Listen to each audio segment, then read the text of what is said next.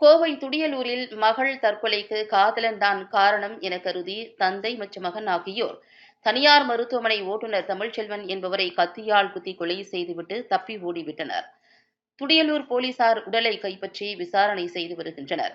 கொலை செய்துவிட்டு தப்பி ஓடிய தந்தை மகன் இருவரையும் போலீசார் தேடி வருகின்றனர்.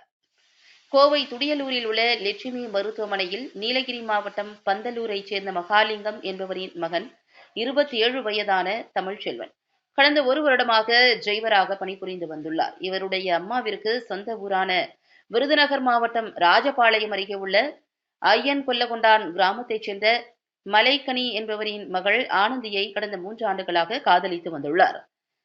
தமிழ்ச்செல்வன் ஆனந்தியுடன் பழகிக் கொண்டிருக்கும் போதே திருப்பூர் மாவட்டம் உடுமலைப்பேட்டையைச் சேர்ந்த ஒரு பெண்ணையும் காதலித்து வந்துள்ளார். இதன் காரணமாக ஆனந்தியை திருமணம் செய்யாமல் காலம் தாழ்த்தி வந்துள்ளதாக தெரிகிறது. இதனால் மனமுடைந்த ஆனந்தி கடந்த 2 மாதங்களுக்கு முன்பு தூக்கிட்டு தற்கொலை செய்து கொண்டார்.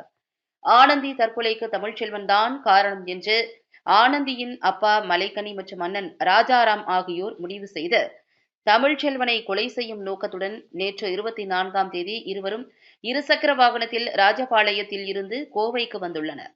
இன்று காலை 10 மணி அளவில் துடியலூர் லட்சுமி மருத்துவமனை முன்பு வந்து நின்று கொண்டு தமிழ்ச்செல்வனுக்கு செல்போன் மூலம் தொடர்பு கொண்டு மருத்துவமனையில் இருந்து வெளியே வரவழைத்து மருத்துவமனைக்கு அருகில் உள்ள காலி இடத்தில் வைத்து இருவரும் சேர்ந்து தமிழ்ச்செல்வனை கத்தியால் கழுத்தை அறுத்து மார்பு மற்றும் வயிறு உள்ளிட்ட பகுதிகளில் குத்தியும் கொலை செய்துவிட்டு வந்த இருசக்கர வாகனத்திலேயே தப்பிச் சென்றுள்ளனர்.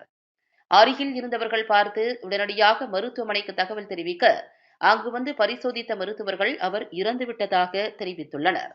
தகவல் அறிந்து சம்பவ இடத்திற்கு விரைந்து வந்த துடியலூர் போலீசார் இறந்து போன தமிழ்ச்செல்வனின் உடலை கைப்பற்றி பிரேத பரிசோதனைக்காக கோவை அரசு மருத்துவமனைக்கு அனுப்பி வைத்தனர்.